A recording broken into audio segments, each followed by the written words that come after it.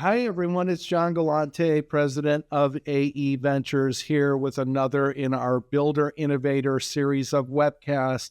Today, I'm really excited for what we have teed up for you.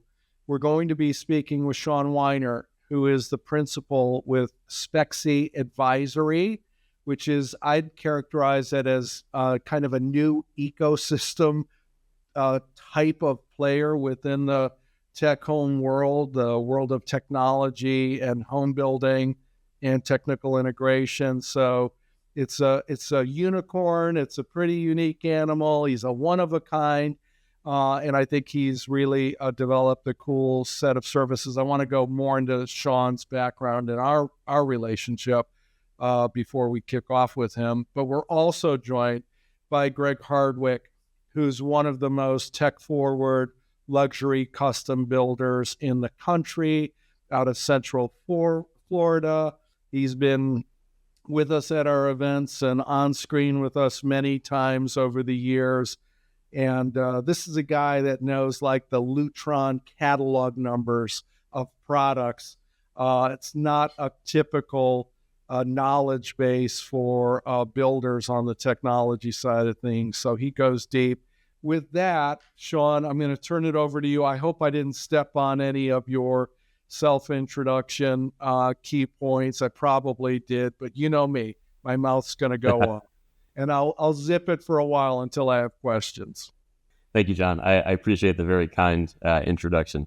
Yeah, it's been a wild ride, and I'm really excited to have an opportunity to talk to you about this in more detail. You and I have kind of gone back and forth on my thoughts on what this could look like as a business, and trying to not necessarily disrupt, but sort of change the way that people look at residential luxury technologies. I'm happy to have Greg on the call today because not just because he and I are working on a project together, but because of what you said earlier, he really is a very tech-forward builder. He understands the requirements of a technology integrator on a project, and he's made it easy to work with him on this particular project. I started in the AV industry in the early 90s. Which makes me old. But I started at the retail level and moved quickly into custom installation and custom integration when it was in its infancy. I think it was right around the time that CD was founded, was about the time that I joined this business. I've done almost every job in the industry. So I've been a warehouse guy, I've been an installer, I've been a salesperson, I've been a business owner. I've been a CTO for a company that bought my business in 2019. I've worked with a lot of clients and a lot of luxury residential projects. I've worked on multifamily projects. I've worked on production built homes in the past. So my experience is pretty vast, and I've learned a lot over the years. I've always sort of tried to evolve my craft and do a better job, and I keep looking for opportunities to not just advance myself and the companies I've been with, but also to advance the industry. One of the things that I think everyone in the integration world would agree with is that the best projects happen when the integrator is involved in the project early on. And it's a luxury of time. It's a luxury of having time to spend with the client, with the homeowner, with the builder, with the architectural team, with the interior design team, really understand the goals of the project, develop a scope for that client, come up with some great design ideas that integrate not just with what they're looking for on a tech side, but how that tech looks when it's installed in the house, where the speakers go, how the TVs will be mounted, what the lighting is supposed to accomplish on that project. When you have the luxury of time to do this, the outcome is almost always better. I think almost without exception, it's better. And I presume that Greg would agree with that as well. It also sort of helps you avoid some speed bumps along the way. There was a time when products were in short supply. If you have time, you've got more time to order and receive those products. You can line up subcontractors if you need subcontractors on the project. You know, having the tech integrator involved early, there's all of those quality components, Sean, that you walk through. But from a business perspective, it can really enable a larger overall construction budget. Different rooms or more rooms or different room sizes, particularly when we're talking about some of the AV technologies and what folks might dream and scheme for there. That can really kind of get to additional dollars for the builder on the overall construction budget. I'm curious of whether Greg agrees with that or not. Yeah, I mean, I think that certainly, to John's point, it can help drive, the overall sales price of the product you're putting out. I've always been a huge proponent of sitting down and doing that lifestyle assessment and figuring out exactly what they need, because if you put a placeholder in there, just kind of guessing what you think they're going to need, then it can kind of go both ways, John. If the project budget is driven up, then, that could be a little unfavorable, towards the end of the project. But if we do that lifestyle assessment up front, and they know up front what it's going to cost to get them what they're asking for, then it's a win-win for everyone. Which leads me to my next slide, my next point. Side note, the photo here I used was AI developed. And I included this one because I love the guy up on the ceiling. I don't know if you noticed that in the upper left-hand corner. I'm not sure why there's only some drywall in this house and why he's standing on the ceiling, but I do love that photo. In any event, pre-construction is a big part of the building business, and I'll even let Greg speak to this in a minute. And I think builders handle it in many, many different ways. Sometimes the builder is early on the project. Sometimes the builder is late to the party. Some architects will bring in builders for pre-construction services only, and then send the job out to bid. Sometimes they'll engage the builder early just to have the advantage of these pre-construction services early in the process. Yeah, I mean, we try to get pre-construction before we even get through the formal end of the design process, which would be, the engineering or certification of that project, because I'm just baffled sometimes when we get, an architectural developed concept of a custom home, and then how it appears how little they've actually talked to them about technology and what's going to be required for technology and those type of things. So, one of the things, Sean, I think you and I see that they miss all the time is just room and wall space, for the stuff that's going to be able to deliver what the client's expecting. We kind of get left at the very end trying to figure out where to fit all this stuff. Very similar to the path that the builder takes in a pre-construction arrangement with a client or with an architect. The technology integrator should also be in that conversation or on that same path. These are critical path items for the success of the project. If these items aren't hammered out before construction starts, if we wait until there's a roof on the house to start talking about these items, the odds of things changing increase dramatically. And when I say changing, I mean designs changing for the interior design team, designs changing for the architectural team. Greg, you mentioned having space just to put all the stuff we're talking about installing. The scope of work for the builder changes dramatically, because there might be reframing to accommodate shading pockets. There might be reframing to accommodate light fixtures. What percentage of luxury projects would actually even have an opportunity to do the pre-construction versus coming in and figuring out slap-on strategies, I guess? The complexity of getting to contract with an integrator has not changed over the years. So I think every client probably at some level understands how important it is to have them in early. The problem is that when you're still in design with your architect, you're probably not excited about signing a $500,000 proposal from an integrator to get them involved into the table early. Some integrators will actually break out their design services from their proposal. The progressive ones absolutely do that. I know we did that at Bravos. When we break out those services, though, we're still leading towards a particular system design. The integrator is doing their best to get in there early, but they're hitting roadblocks along the way, and it's usually the contract that's the roadblock. The clients aren't prepared to not necessarily make the investment, but to sign off on products that aren't going to be installed in their home for 18 months to 2 years, maybe longer, depending on the size of the project. So the integrator would break out the design and engineering portion of that contract. And by doing so, they can get involved earlier. The problem with it is they still have a bias. As an integrator, you still are sort of not necessarily married to, but you're partial to a brand or a grouping of brands that you like to use, a couple solutions that you're comfortable with. and all for good reason. If you're more efficient with those brands, you can do better work and you get better results. The downside to that is you're not really listening to what the client's needs are, what the design team's needs are, what the builder's requirements would be for that project.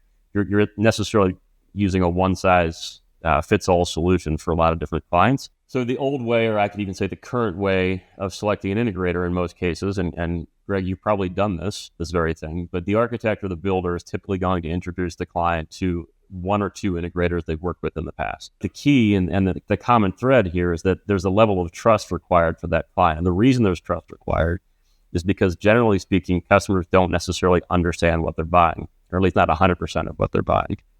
They're taking a bit of a leap of faith when they said they want lighting controls, that the integrator specified everything they need to control the lights and not anything more than what they need or less than what they need. Keep in mind that the integrator, as trusted as they can be and as good of a partner as they are, and they all understand, or all the good ones understand, that they don't want to overcharge clients, or they don't want to make a bad impression with the client because they depend on referrals, and the next job may not come if they don't handle this one appropriately.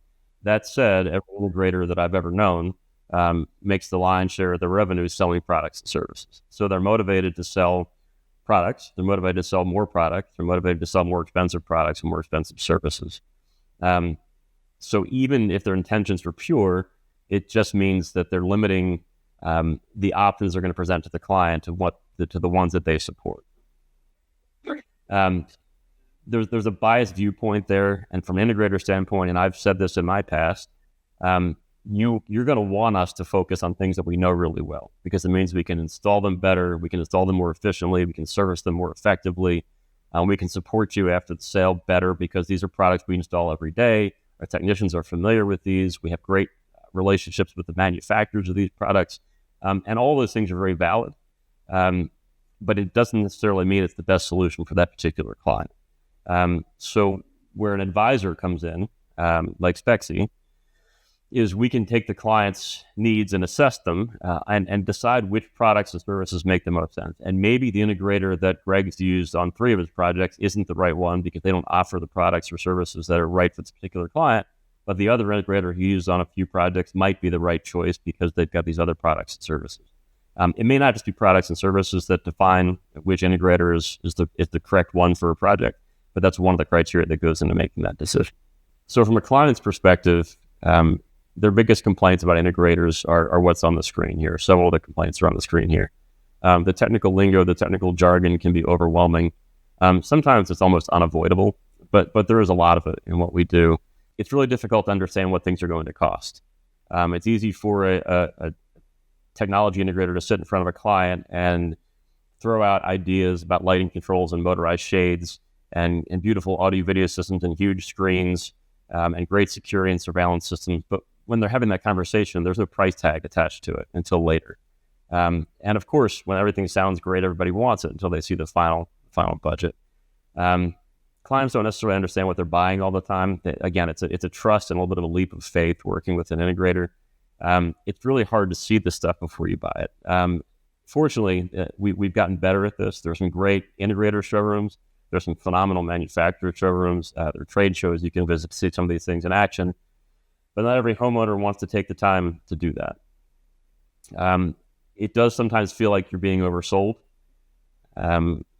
This feels like a big number. I looked at the Best Buy ad and I saw that a Sonos player is $700, and I saw that the Samsung 85-inch TV is $2,000. My proposal is $50,000. I don't understand where that extra $47,000 came from. And there's usually valid reasons for it, but in the client's perspective, when they're looking at pricing of items, it doesn't necessarily jibe with what the integrator is recommending. A time investment for the client, they don't understand how much they need to be involved in the process. That's a really important factor. Some clients want to be hands-off, some clients want to be very hands-on, and some clients want to be somewhere in the middle. The best outcomes really come from clients who are at least willing to participate in the design discussions and make sure that they have a better understanding of not just what they're getting, but what they're looking for. And then the end product not being what they'd envisioned. This is really an instance where you've got to depend on the salesperson, the chief designer, the advisor, whoever it may be, really understanding what that client was looking for and delivering that vision. Greg, you've probably experienced a lot of these things, I would imagine. when we're sitting with them and trying to figure out where they are on this scale, most of the people that know what they're doing have either had technology in a home before, have seen one of their best friends and been over at their house and kind of seen how their shades go up and lighting changes and TVs and sound works, or they were traveling somewhere. And that's kind of where, you can tell somebody like that kind of has at least a better vision of what they're looking for at the end than somebody that's just completely new to technology. But I'll tell you what I found interesting, Sean, and on this slide, this discussion point was the pricing transparency thing, because we actually see this in the digital design center world for all kinds of finishes and options in the home building process, is when there is a calculator alongside these different options in the visual configurator tools, there's a lot more comfort in the buying decision than when there's an abstract discussion and a number pops up out of the blue. Anything that I think that can be done to make the price points seem less mysterious, right? And that some of that is the consultation and the design process is probably a pretty good thing in terms of comfort levels. When you don't know what the integrator's communicating with the owner about those expectations and what those promises are, without bringing the builder in to know that those things have been dealt with, future-proofed, whatever, in the design and the construction of the home, that, at the end of the day, dictates whether the integrator is able to deliver on those promises or not. Is it like that with all of your specialty trade contractors who might need to interface with the client, maybe pool and spa or whatever?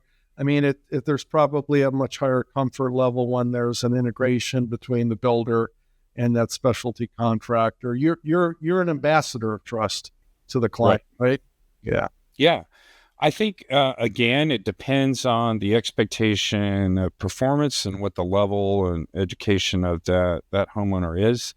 The higher expectation of performance at the end of the day, I think the more pre-construction, discussions and meetings and all that stuff really have to take place for something just as simple as Sean mentioned earlier. Honestly, John, there's certain clients, you have clients that come in with their home plans and just want a simple plan and just a simple house and technology, just very, very simple. And we kind of deal with them a little bit differently than the people that, have seen it, known it, know what they want. A client that Sean and I are working with right now, I mean, once they started talking about tunable white lighting and stuff like that, we knew, okay, that's this type of client, and this is where we're going to have to go to get all of those things met. Yeah, I want to sort of piggyback on what you were saying about price transparency, and that was one of the biggest complaints that I had. And there's some integrators that do this really well. I think that I tried when I was in that business to do this at the table, but there's early meetings with clients where you call it a discovery meeting, you can call it whatever you want to call it, but you're sitting down at a table typically with the client, telling them what all their options could be. They want to have an idea what things cost. And, after 20 years, 25 years in the business, if you ask me what a lighting control system costs for a 10,000 square foot house, I could probably come up with a number. But then I started thinking about all these things. And I realized when I'm at the table with these clients that in their mind, they're adding up all these numbers as we go. So we're talking about lighting, we're talking about shading, we're talking about lighting controls, we're talking about TVs and speakers and amplifiers. And they've got a running tally. And my guess is their tally's lower than where my tally was at the time. So I took all those things and all that experience and all those numbers that were floating around in my head for 25 years, and I put them into a calculator. On the left-hand side of the slide, you'll see part of a 10-question survey. There's 10 simple questions to answer. How many motorized shades will be installed in the house? How many rooms have speakers? Are you building a home theater? Questions like that. And after answering those questions, within 60 seconds, I have a full budget range for you based on the answers to those questions. And some of these numbers are based on square footages, some are based on quantities, some are based on size and quality and performance levels. So there's a whole combination of these things. But what you'll notice is that there's all the disciplines broken down and a total at the bottom, which essentially gives you a good, better, and best range for what you're going to spend on tech for a house of that size. And so far, in the last 18 months I've been using this, this has been eerily accurate. Most of the clients I've worked with have ended up somewhere between the middle and the right-hand side of this scale as the project's progressed. But we've been pretty good on most of these numbers. The only things that have come to market that have sort of thrown the budget numbers out the window are things like Lutron Ketfer products where fixtures are outside the range of normal fixtures, but there's a caveat in here that explains that as well. So we can get to a number at the table with the client. So before they get up and leave and wait 7 days for me to send over a scope summary of what we talked about and some rough pricing, they can see this right in front of them and say, you know what, Sean, this is not what I wanted to spend. Sean kind of looks at it from his perspective and how the numbers being kicked out. For me, it's always better to have a client with realistic expectations. And I think this helps kind of put, whether it's, the transparency of it all or whatever, but it helps that client realize realistically what it's going to cost, to do what they want to do. So we touched on a little bit about the homeowners' complaints about working with integrators. The builders have similar complaints, but they're more on the production side of things. So it's harder to get specifications because the integrator doesn't provide them until they've got a signed agreement, right? They don't have a contract. They're not giving you this information. The integrators typically work directly with the client. So the builder is sometimes out of the loop for months at a time. I know Greg's a little more proactive than some, but generally speaking, if that conversation's happening in the background, the builder is not aware of any of those things and is not making any preparations for any of that work. They don't attend all the project management meetings. It's usually not important for the integrator to be at all of them, but there's almost always something at every single meeting that somehow impacts the scope of the integrator's work. So having the ability to either attend those meetings, review the minutes, or be in the know in terms of what's happening is really important. It's hard for a builder to do quality control during the process. It's kind of easy at the end to say, well, this doesn't look like I thought it was going to look, or this doesn't work the way we wanted it to work.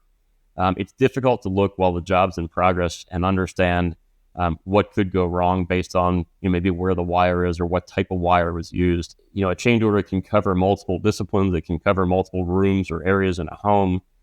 You're deleting certain items. You're adding certain other items. Sometimes you don't know what those items are. It's a list of gobbledygook in a lot of cases that it's difficult to interpret. So it's challenging to approve those because you don't know if they were really necessary, if they were client changes, if there were things that were forgotten, if they were things that were necessitated by something that happened during the construction process, which leads to the next one, which is additional expense based on additional work. So if you've got to relocate a speaker, if the integrator didn't know there was crown molding in the room and the speaker is too close to the crown, and you've got drywall to patch, you've got wire to move, somebody's paying for that. Most good builders will sometimes either eat the cost or put it into their normal fee schedule. But it's costing someone, whether it's the builder, whether it's the client, or whether it's the integrator. Somebody's paying for that change. Yeah, and I think there's opportunity there for non-duplicated cost when you have this all together at the beginning and the electrician's looking at the actual, electrical plan instead of the, conceptual electrical plan that was put together for permitting. If we're going to clean up a wall because it has 5 switches, right over there by the sliding glass door, the electrician doesn't have to put those 5 switches in their bid if they're using a keypad or something like that with the low V or integration plan. Yeah, and they also know how to price the additional wiring for home run loads. They know they might be able to reduce their scope because they're using addressable LED fixtures where they can run one circuit for 100 fixtures in the ceiling on the main level. And I think it's even more difficult to cross review change orders where the integrator is making changes to the lighting control system that impacts the electrician, and he makes adjustments to his proposal, but then did he really need to do that? And did he have it in his first bid? There's a whole lot of back and forth. So you're right. If you can avoid all those conversations early, you can avoid those expenses. And this last bullet point is one that's been, it's come up more than once for me, where the contract between the integrator and the homeowner, or the integrator and the builder comes into question. So most builders who work on a cost plus basis are bringing in their own subcontractors. They're charging their management fee and whatever other fees they charge on top of that. the cost of that subcontractor. They don't always do that with integrators. And the argument I heard early on was, I don't want my builder marking up my TV by 15% or 13% or whatever your fee is. And that makes sense to me. There's certain products that maybe you don't need to put a markup on. But the builder should be getting paid for managing this process, and everyone handles it differently. But it's something that needs to be discussed early on in the process, which is something that I do on every job to sort of understand how that builder is going to interact with the integrator and with the client. Yeah, I mean, there's builders out there that I've talked to across the country that want the entire, everything within their scope and their management fee. And then there's builders, I think that minimum should have at least the pre-wire stuff, in their contract. We're kind of somewhere in between there. I tend to, agree that I don't really want to be called when the TV's not working, for the Super Bowl or something like that. But if it's permanently attached to that house and they can't take it with them, it's generally under our umbrella. So this is where I came to the table after thinking about all those things I just talked about. This is what I wanted to do. I wanted to try and fix those problems. And how can I fix those problems as an independent now, as somebody who's not an integrator anymore? I'm not selling products and services. What I can do first and foremost is provide an unbiased opinion. So if I'm hired to work on a project, my fee is not based on how much they spend or which products they buy or which integrator they hire, how long the job takes. My discovery and design fee is a fixed fee, regardless of what they purchase. That allows me impartiality. It allows me to be unbiased in a review of their needs and unbiased in my recommendations. I take a look at the designs from the architect, from the builder, from the interior designer, the landscape architect, any other design partners on the project, and look at how those are going to interact with the technology requirements of that client. And if there's something early in the process that doesn't jive, there were no shade pockets designed in the project and they want shades, that's a conversation that we're going to have, and we're going to do that pre-construction during design so we don't have those issues. We can make sure that we develop a scope and a budget early on in the process using either the budgeting tool that I've got or evolving that budgeting tool and developing a scope to go along with that so that we understand on day one during design what that's supposed to look like at the end and how much it's supposed to cost. And every time there's a change, if the client wants to add something, if a construction element changes the way things are going to be installed or the way things would cost, if the client wants to add a golf simulator, I keep track of all those changes and all those dollars on their behalf and make sure that they're aware before anything proceeds. So there's no surprises at the end of the job. It also allows me to do my due diligence on integrators, both in their proposals and in their capabilities. So some integrators are more suited to a certain project than others, and it has nothing to do with the quality of their work or the quality of their people. It's simply the compatibility of how they operate and what they provide and what that owner's needs would be. And if you've ever looked at an integrator's proposal, it can be mind-boggling. It can be 27 pages of equipment lists and rack screws and rack shelves and power conditioners and surge protectors and streaming devices. And it doesn't necessarily lend itself to easily interpreting it based on the scope that was intended for the job. So my job is to take all those proposals, evaluate the scope, and make sure it meets the specification, to take a look at every line in that proposal and make sure that those are the right products, to compare that to the competitor's proposal and make sure that the products are of equal quality and equal performance levels so that you're not sacrificing anything by choosing one over the other. And then normalizing the pricing. So there are times when the spec may or may not be open for interpretation, but somebody sees 4 speakers and somebody else sees 2. So my job is to catch that in those proposals and say, hey, listen, integrator number 1 had 4 speakers in this room, integrator number 2 only had 2. So we have to make sure that we account for that in our conversation and our comparisons. So we actually do the best we can to compare apples to apples in terms of what's in their proposal. And then finally, to oversee the work and make sure that as this goes, I can be the eyes and ears on that project. I can answer questions. We can be there to address issues on site. We can answer integrator questions. We can translate integrator speak to the client and vice versa, and make sure that everybody's on the same page from a communication standpoint, and track all those documents and all those changes and update the drawings along the way. So we're all working from the same sheet of music, so to speak, and can orchestrate a good outcome on that project. So if you look at a typical luxury integration project, if you look at that center column where the percentages are, when you look at the total value of the project, 50% is usually equipment and the wire and the accessories that go along with it. Miscellaneous installation material would be parts and things that you need to accomplish, that rough end brackets and what have you, is about 5% of the total. Installation labor historically is about 35% of that total. It varies from market to market. Hourly rates vary from market to market, so that percentage can fluctuate a bit. But what I've seen, 35% is a pretty good estimate nationwide. Design, engineering, and project management accounts for the final 10% of that cost. So on that right-hand column, if you're looking at a $500,000 integration project, you can see that about $50,000 of that is design, engineering, and project management. So why is that important? It's important because what I did and what I want to do is take that phase of the project on myself with my organization, do that early on as the client advocate, and then reduce the scope of the integrator's contract by that amount or something close to that amount. So if you look at this slide, the calculator example I showed you earlier with the good, better, and best totals, they're at the top in the black text.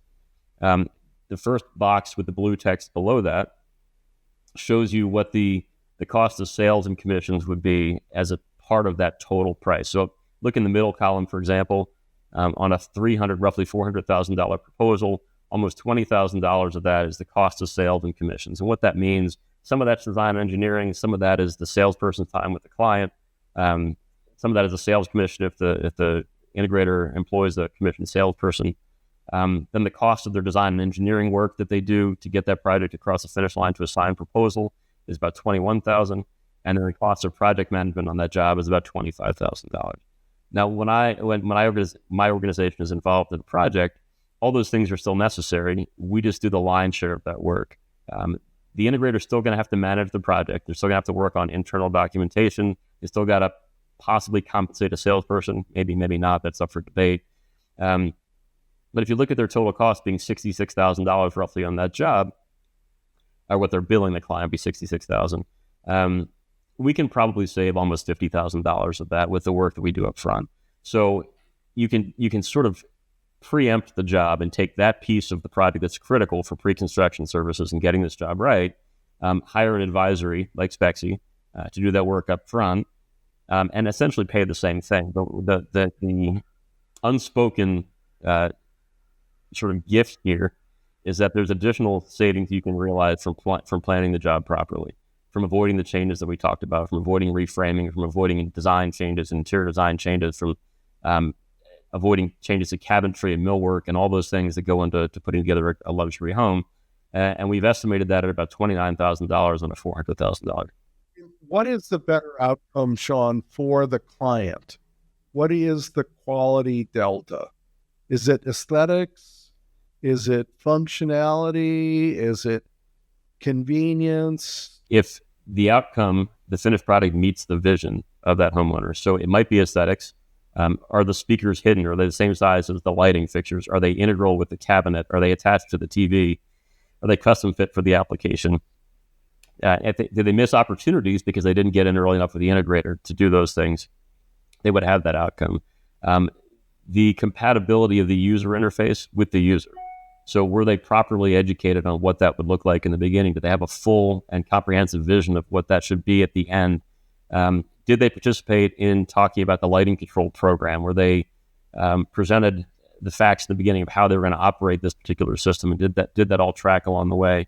And I'm not trying to imply that an integrator doesn't do those things. It's just harder to do it when you don't get in the project early and have that client's ear the entire time. I mean, what stands out to me is, Sean, if you were to reverse engineer a low V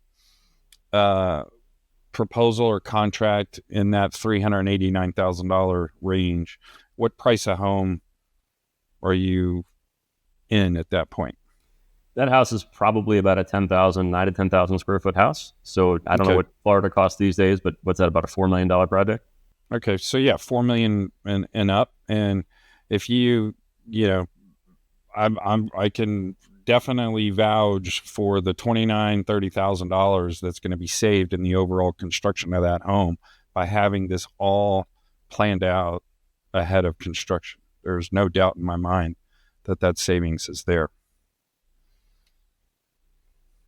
Well, yeah, I mean, because I think a lot of quality. Well, I mean, there's for me, quality is two things. One, does the stuff work, right? Everything that we put in there, does it work? Does it function correctly? But also, does it meet the customer's expectations? Is it way beyond what the customer expected, and now they felt like they overpaid for a bunch of stuff? Do they think they paid a lot and it's not working worth a darn? I mean, those are two, fails, that are a lot different than just having the stuff installed and working. So certainly having the stuff and installed and working is satisfied here. But I also think just because of the involvement of the owner and the design team and the tech team, so to speak, you have much less of a chance of missing expectations. And John, one thing to add to, as an integrator, as a salesperson working for an integrator, if there's not a technology advisor involved in the process, you are that technology advisor. So you're making recommendations to that client, you're getting them to a proposal and to a total. There's a good chance they're going to go ahead and get another price from a competitor of yours. They're going to look at those two prices and have a difficult time understanding the difference between the two, but they're going to come back to you and say, hey, I got another proposal. He was $20,000 less than yours. I liked you better. You were referred by my builder. If you can reduce your number by $20,000, I'll hire you to do this job. So that integrator now goes back to the drawing board and does a couple things. They can either just straight up discount the price, which no one really wants to do, or they can start taking away things to get that number down. And some of those things may not be visible to the client. They may not realize how important they are. They could be power conditioning and control. They could be the quality of the cabling, the quality of the interfaces between TVs and streaming devices. What happened behind the scenes is the client got less. So if they did a great job in the beginning understanding what that client wanted, they've now started taking away some of those things that were promised and using inferior products in their place to get the number where it needs to be. That's what I can help avoid in this process. So this is a bit of a reiteration of what we are and what we do. We work for the client. Our job and our only job is to make sure that they get the outcome that they were looking for. We're looking out for their best interests, and we want to make sure that if they set a budget, we stick to that budget. And the only time we deviate is when they've either agreed to or authorized us to deviate from that budget. We're I said a Sherpa in the beginning, but we're also a translator. So there's a lot of tech speak and a lot of tech jargon that goes on. There's a lot of complicated documents and drawings that go back and forth. We're there to make sense of all those things and to make sure that nothing gets missed in the process, that no scope was reduced, no devices were changed. We keep projects on track and ensure positive outcomes. I think that's really one of the most important things that we do. I am not a project manager for the integrator that's selected for that job. I can't schedule their employees to be on site, but what I can do is reinforce the builder's need to have them there on particular dates and make sure they have all the information they need to be successful in that job. And Sean, who do you contract with? Do you contract directly with the client? So Greg brings you in as an advisor, as kind of a peer advisor, and you contract independently. You're not contracting through Greg, are you? Yeah, ideally we work directly with the client, with the end user, as we are their advocate. There are some times that we contract with a builder or an architect simply to get through the budgeting stages because they want to get the numbers and the scope dialed in before they go back to the client with final estimates for the build. So that happens on occasion, but almost 90% of the time, probably 95% of the time, we're direct to the homeowner. Yeah, and it's for me, it's the way we do our business. Since we're not a design build firm, we handle it the same way we would with an interior designer with the client. The interior designer is going to work for the owner 95% of the time. Same thing with the architect, engineer, any of the design professionals involved on the job will have a direct relationship with the client, as an advocate for the client. The three big ones for a client that come as maybe surprises along the way because they're bringing in third-party sort of design build companies, right? An interior designer, maybe not builds, but they're sort of a design build organization where they do their design work and then they provide products. The landscape and landscape design team do the same thing. They'll do the design and they provide the installation and the labor and the material to do that work. And the tech team does that as well. So I think these are where you can sort of make or break a budget. Yeah, I mean, on any most builders' chart of accounts, obviously furnishings, window finishes and those type of things. Landscaping, landscape lighting, all that stuff, is kind of at the bottom of our estimates usually. And so, there's so much focus on these other sticks and bricks cost and tile and cabinetry and countertops, that some of the stuff, and until recently, low V and automation was down in a specialty option category that we had. That was the very last category in our estimate. And so as you kind of go through there and they're spending money and their, brain out of their wallet, those things were commonly left off. And then when they started adding those on, really, could bust the budget, so to speak. We break it down into 3 buckets. And the first phase is design and discovery. So what that means is we're getting together with the client, understanding what their needs are, talking about the project, reviewing all the drawings from the various trades and design teams, and starting to come up with a scope and some recommendations for that project. And it used to take me several meetings as an integrator to get to that point. Because of this tool, we're able to get there in 1, maybe 2 meetings where we have a really solid understanding of what this job might cost and what they're willing to sacrifice to keep the budget where they want it to be. Once we have this, we start getting into design and specification. And one of the biggest things we do is lighting design review. It's interesting because not every project has a lighting designer, but every project of this scale should. So we have several lighting design partners that we will refer to clients if they don't have one of their own. Some bring their own to the table. In my experience, architects who claim to do lighting design typically do a good lighting plan for bid purposes, but are not truly lighting designers. They may be fabulous architects, but they're not necessarily the best lighting designers unless they have an in-house lighting design team. And a big part of Spexi's role is to review those lighting design documents, review them with the client, make sure that we translate lighting speak to client speak, and then make sure that everything that's been recommended is going to be functional. Is it going to perform the way that it's expected to perform? Is it functional in that? Is it compatible with the control system that integrator might recommend?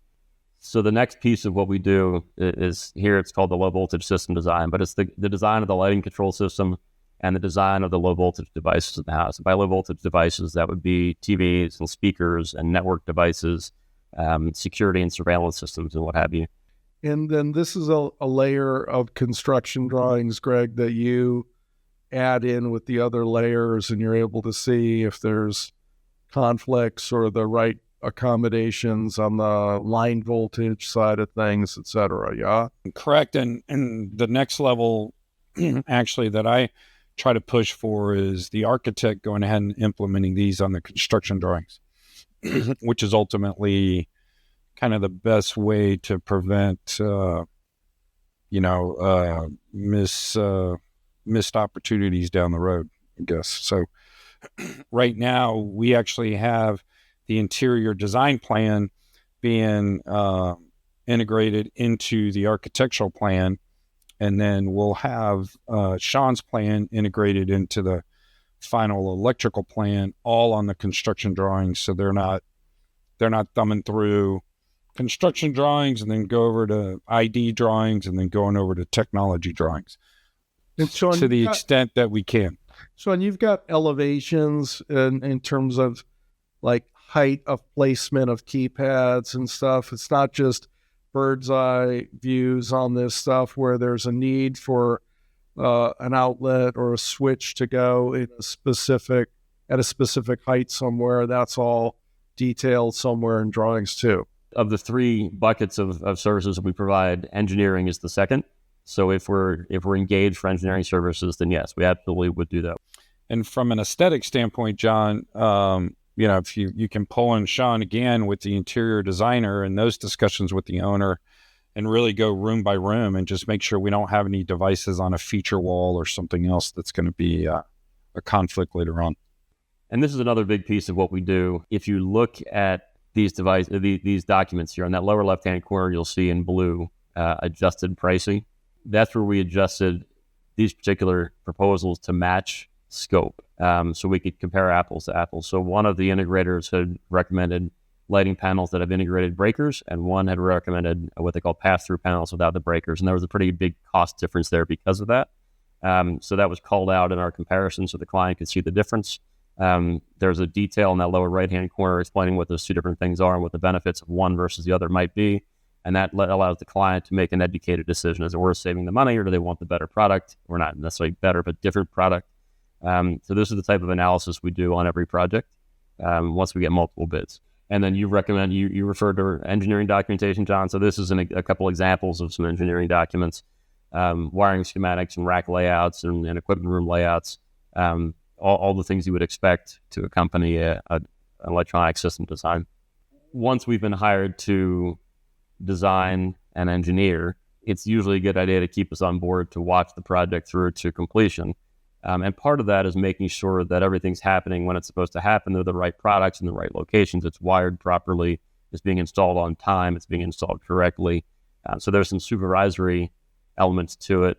But really the biggest piece of this is at the end of the project is making sure that before the integrator leaves the job, that the job is finished, not just finished in their eyes, but finished in the eyes of the client. So did we deliver what was promised to this client? That walkthrough typically happens when the client just got the keys from Greg. Their builder just turned over the house to them. They're trying to figure out how to use the washer and dryer. They haven't really paid a lot of attention to their integrated systems. They'd get an hour with the project manager from the integrator. He gets in his truck and leaves. And then the first night in the house, they've forgotten everything they learned already that morning because they're exhausted from trying to move into a new home. So we're there to support that effort at the end and make sure that we're their eyes and ears, and that what was promised was delivered at the end of that project. Well, Sean, congratulations. It's been a long journey to get to this set of services. You can tell that you did a lot of deep thinking about how you could solve some real long-standing problems in this luxury integration space. And congratulations on positive performance with Greg. And we're hoping that you have many more clients and builders to please with the services you go forward. So that's it for today for this Builder Innovator webcast. Thanks to Sean. Thanks to Greg for their time and their thoughts and their expertise. And we'll see you next time.